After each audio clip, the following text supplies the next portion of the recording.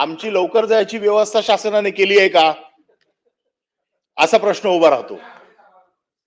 नाही नाही, एक साधारण प्रश्न मनात उभा राहतो की बाबा हे लोक फारच त्रास देत आहेत, तर ह्यांना काय असं काय पाठवता येत, ह्यांना असं काय पाठवता येत नाही, दुसऱ्या मार्गाने काय पाठवता आलं तर बघूया. आणि आम्ही काही मास्क बीस लावून फिरत नाही. पण प्रश्न असा आहे की ठीक आहे, हायकोर्टाच्या बाबतीमध्ये आपण निर्णय घेतला, थांबवलं, त्याचे कडक नॉर्म्स केले, परंतु खूप मोठ्या प्रमाणात त्या विभागामध्ये बांधकाम चालू आहे. त्या विभागामध्ये मेट्रोचं बांधकाम चालू आहे, त्या विभागात बुलेट ट्रेनचं बांधकाम चालू आहे, त्या विभागात शासकीय आणखीन बिगर शासकीय अशी सगळ्या प्रकारची शासन आहे. बांधकाम बंद व्हावीत अशी आमची बिलकुल इच्छा नाहीये. फक्त त्याचे नियम हे थोडेसे कडक करावेत आणि जे नियम पाळणार नाहीत त्यांच्यावरती कठोर कारवाई करावी, आणि ती कठोर कारवाई आपण करणार का, एवढाच माझा प्रश्न. निश्चितच सभापती महोदय, ही कठोर कारवाई आम्ही करणार. स्वतः सन्माननीय सदस्यांनी सांगितलं की याच्यावर ऑलरेडी कारवाई झालेली आहे. तर या असे आता आपला फार डेव्हलपिंग सिटी असल्यामुळे भरपूर मोठं काम आपल्याकडे चालू आहे. हायवे चालू आहेत, मेट्रोचं काम चालू आहे, वेगवेगळ्या बिल्डिंग्स कन्स्ट्रक्शनचं काम चालू आहे. अशा वेळी ते नॉर्म्स कडकपणे त्यांनी त्याचा पालन करावं, यासाठी आम्हाला BMC ची सुद्धा मदत लागते, कारण बऱ्याच अंशी कारवाया त्यांच्या पण अखत्यारीत येतात. तर ते दोन्ही मिळून ह्याच्यामध्ये आम्ही अत्यंत जागरूकपणे कारवाई करत आहोत. डेब्रीज खूप क्रिएट होतोय मुंबईमध्ये. त्या डेब्रीजवर प्रक्रिया करणाऱ्या सुद्धा आपल्याला लवकरात लवकर, म्हणजे येणाऱ्या मी म्हणेन 3 ते 6 महिन्यामध्ये लवकरात लवकर त्याच्याबद्दल बैठक घेऊन ह्या डेब्रीजला पण ट्रीटमेंट करण्याचा प्लॅन आपण लवकरात लवकर इथे जास्तीत जास्त वाढवू, जेणेकरून आपल्या मुंबईमध्ये प्रदूषण होणार नाही, असा खच त्याचा पडून राहणार नाही, मग हवा आली की ते सगळं वाहतं. त्याचबरोबर आत्ताची परिस्थिती, जी प्रदूषणाची परिस्थिती आहे, मी माझ्या म्हणजे विनंती करेन की आत्ता खेरवाडीमध्ये किती प्रदूषण आहे हे आपण लगेच तपासू शकतो. त्याच्यामुळे आता आपण ज्या सभागृहात बसलो इथे किती प्रदूषण आहे आपण तपासू शकतो. पण ह्याची ऑथेंटिसिटी काय आहे, तर आपण आपला जे ऍप आहे, जे CPCB MPCB मधून आम्ही जे डेव्हलप करून आम्ही मॉनिटर करतोय रेग्युलर, ते आपलं ऑथेंटिक रीडिंग देणारं ऍप आहे. बऱ्याच नाही, मी आपल्यावर शंका नाही उपस्थित करत, मी जनरल सभागृहासाठी माहिती देते. तर मला एवढंच म्हणायचं की आपल्या ग्रोथकडे, आपल्या विकासाकडे आक्षेपार्ह अशा काही गोष्टी तयार करून काही लोक जर आपल्याकडे असे चुकीचं प्रदूषणाचे आकडे दाखवत असतील, तर ते आपल्या सर्वांसाठी योग्य नाही. त्यामुळे जर आपल्याला ऑथेंटिक आकडे हवे असतील तर आपण MPCBच्या ह्याच्यातनं ते पाहावे, जेणेकरून तिथे आम्ही तात्काळ योग्य कारवाई करू. आणि आपण जे म्हणताय ती आम्ही कारवाई केली, आणि भविष्यात देखील कोणतेही बिल्डिंग्स, कोणतेही कन्स्ट्रक्शन वर्क, कोणतेही डेव्हलपमेंट वर्क जिथे प्रदूषणाची परिस्थिती निर्माण होईल तिथे तात्काळ कारवाई करू. ती कारवाई करण्यासाठी आम्ही जागरूकही आहोत आणि आमचं कन्सर्न सुद्धा तोच आहे. प्रदूषणाची आत्ताच्या परिस्थितीबद्दल फक्त मी एक सांगू इच्छिते की आता जे वेदर असतं आफ्टर विंटर आणि आता फेब्रुवारीपर्यंत, त्या वेदरचाही हा परिणाम असतो, जे आपल्याला असं एक डेन्स दिसतं किंवा स्मॉगी दिसतं. तोही एक मोठा परिणाम आहे. त्याचंही सायंटिफिक इव्हॅल्युएशन करून मी बोलते आहे. त्याचा पूर्ण रिपोर्ट आम्ही मागवला आहे. इंडियन मेट्रोलॉजिकल डिपार्टमेंटनी तो रिपोर्ट आम्हाला दिलेला आहे. ह्याच्यामध्ये समुद्र पातळीवरचं प्रेशर हे वाढल्यामुळे, आपल्याकडची ह्युमिडिटी जास्त असल्यामुळे, टेम्परेचर कमी असल्यामुळे सुद्धा हे आपल्याला क्लॅरिटी न दिसणं किंवा असं एक ढगाळ वातावरण दिसणं, हा पण एक परिणाम दिसतो. पण प्रदूषणाच्या बाबतीत जर कोणी नॉर्म्स पालन करत नसेल तर त्यांच्यावर नक्कीच आम्ही कारवाई करू. भाई जगताप महोदय, एक मुंबईच्याच दृष्टीने नव्हे तर इतर सर्व दृष्टीने, कारण प्रदूषण आणि विशेषतः हवेची जी क्वालिटी आहे, हा विषय मुंबई सारख्या महानगरामध्ये, जे आंतरराष्ट्रीय आपलं शहर आहे, ज्याची ओळख जगभरामध्ये आहे, अशा वेळेला आपण प्रिकॉशन घेता याबद्दल तुमच्या कारवाईवर आमची शंका नाही. त्यांनी स्पष्टपणे सांगितलं की तुम्ही कारवाई केलेली आहे. प्रश्न तिथे संपत नाही, उलट प्रश्न तिथे सुरू होतो. आपण जे ऍप म्हणताय किंवा आपण जी माहिती म्हणताय ती सुद्धा आपण तपासून बघू, काहीच हे नाही. परंतु आज जवळजवळ सर्व मुंबईमध्ये रिडेव्हलपमेंट इतक्या जबरदस्त वेगाने चाललेलं आहे आणि जे आवश्यक आहे ते थांबवता येणार नाही. आपला इन्फ्रास्ट्रक्चर असेल वगैरे, ज्याचा तुम्ही उल्लेख केला, आपल्या सगळ्यांना माहिती आहे. परंतु हे सगळे जे कोण करतात आहेत काम, त्यांना नॉर्म्स पाळत नाहीत. याचं मोठं उदाहरण आपण भोगलं ना ह्याच्यामध्ये. मुलुंडमध्ये तो स्लॅब पडला याचा आणि तो रिक्षा चालक गेला ना जागच्या जागेवर, दुसरे 2 अजूनही हॉस्पिटलमध्ये आहेत. आणि म्हणून यांची प्रवृत्ती ही जी वाढत चाललेली आहे, आपण डेब्रिजचं म्हणालात, आपण बाकीच्या गोष्टीचं म्हणालात, हे आपण म्हणतोय, परंतु ते त्याची काळजी घेतात आहेत का, हा महत्वाचा प्रश्न राहणार आहे. आणि म्हणून गुणांक किती, त्याचा हे किती, नंबर किती, हे आपण बोलतच राहू. एवढ्या सगळ्या बिल्डिंगचं काम चाललेलं आहे, रिडेव्हलपमेंटचं काम चाललेलं आहे. माझी माहिती अशी आहे किंवा जनरल असा आपला एक नॉर्म आहे तो असा की ती बिल्डिंग पाडताना किंवा त्या बिल्डिंगचं काम होताना ते कम्प्लिटली त्याला हे केलं पाहिजे, कव्हर केलं पाहिजे, जेणेकरून बाजूला सुद्धा बाजूच्या इमारतीमध्ये कुणाला त्रास होता कामा नये. आपण एक फेरफटका मारा, जितक्या बिल्डिंग सुरू होत आहेत किंवा काम चालू आहे, हातूर मातूर काहीतरी लावलेलं असतं आणि ते बाजूला आपल्याला दिसतं.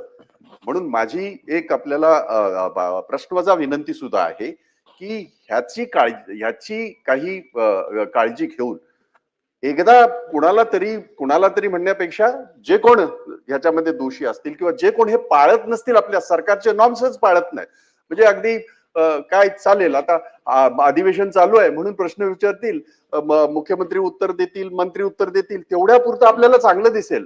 पण दुर्दैव असं आहे की मुंबई सारख्या शहरामध्ये सकाळी निघाल्याच्या नंतर जे काही वातावरण आपण पाहतो ते सगळंच धोक्याचं नाही ताई, ते सगळं धोक्याचं नाही, त्याच्यामध्ये पोल्युशन आहेच आहे.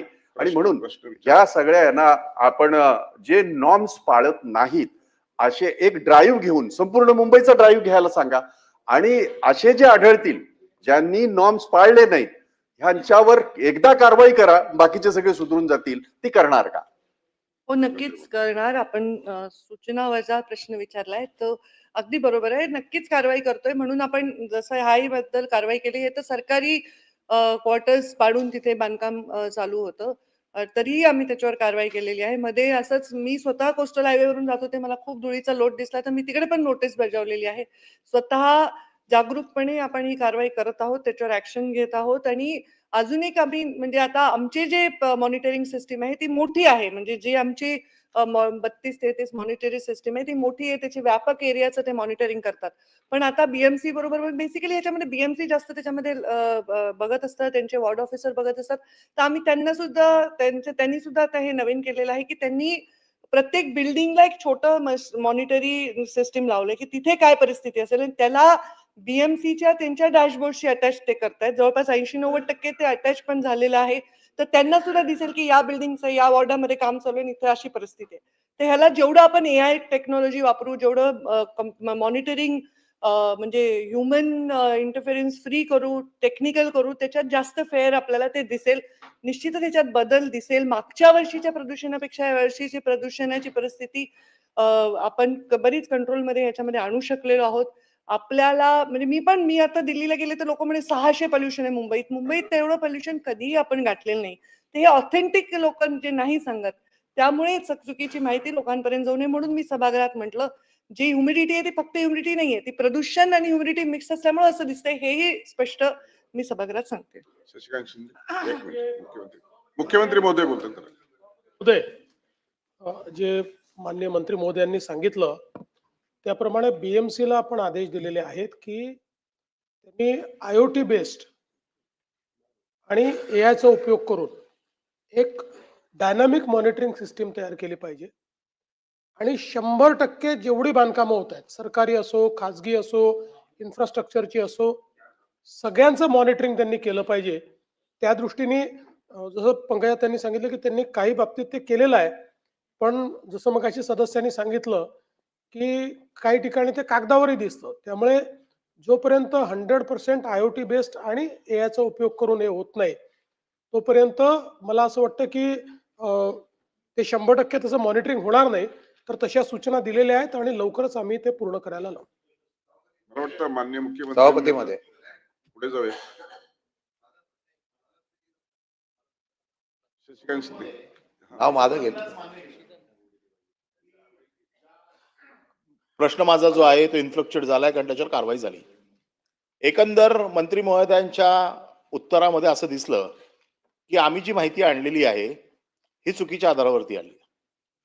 की हवामानाचं त्यांनी सांगितलं, त्यांनी सांगितलं की ऑथेंटिक साईट नसतात. आता एमपीसीबीची साईट कोणाची आहे? शासनाचीच आहे.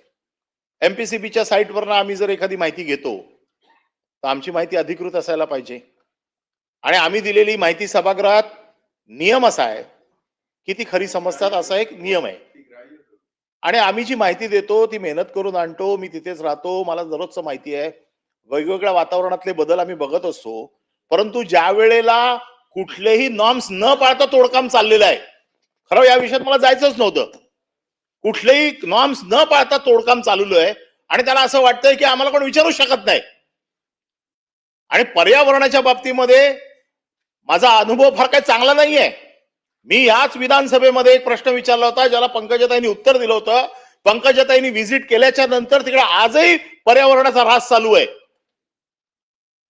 आणि म्हणून माझं मत असं आहे की आम्ही जी माहिती सांगतो ही माहिती ऑथेंटिक आहे, तुमच्याच साईटवरनं घेतलेली आहे. आणि जर त्या साईटवरनं दिलेली माहिती चुकीची असेल तर त्या अधिकाऱ्यावर तुम्ही काय कारवाई करणार? मुख्यमंत्र्यांनी सांगितलं बरोबर आहे की हे सगळं ऑथेंटिक सगळ्या यंत्रणा लावून 100% त्याचं व्हेरिफिकेशन झालं पाहिजे आणि केलं पाहिजे. परंतु जे बेलगाम झालेले लोक आहेत, ज्यांना असं वाटतं की कोणीच आमचं काय करू शकत नाही.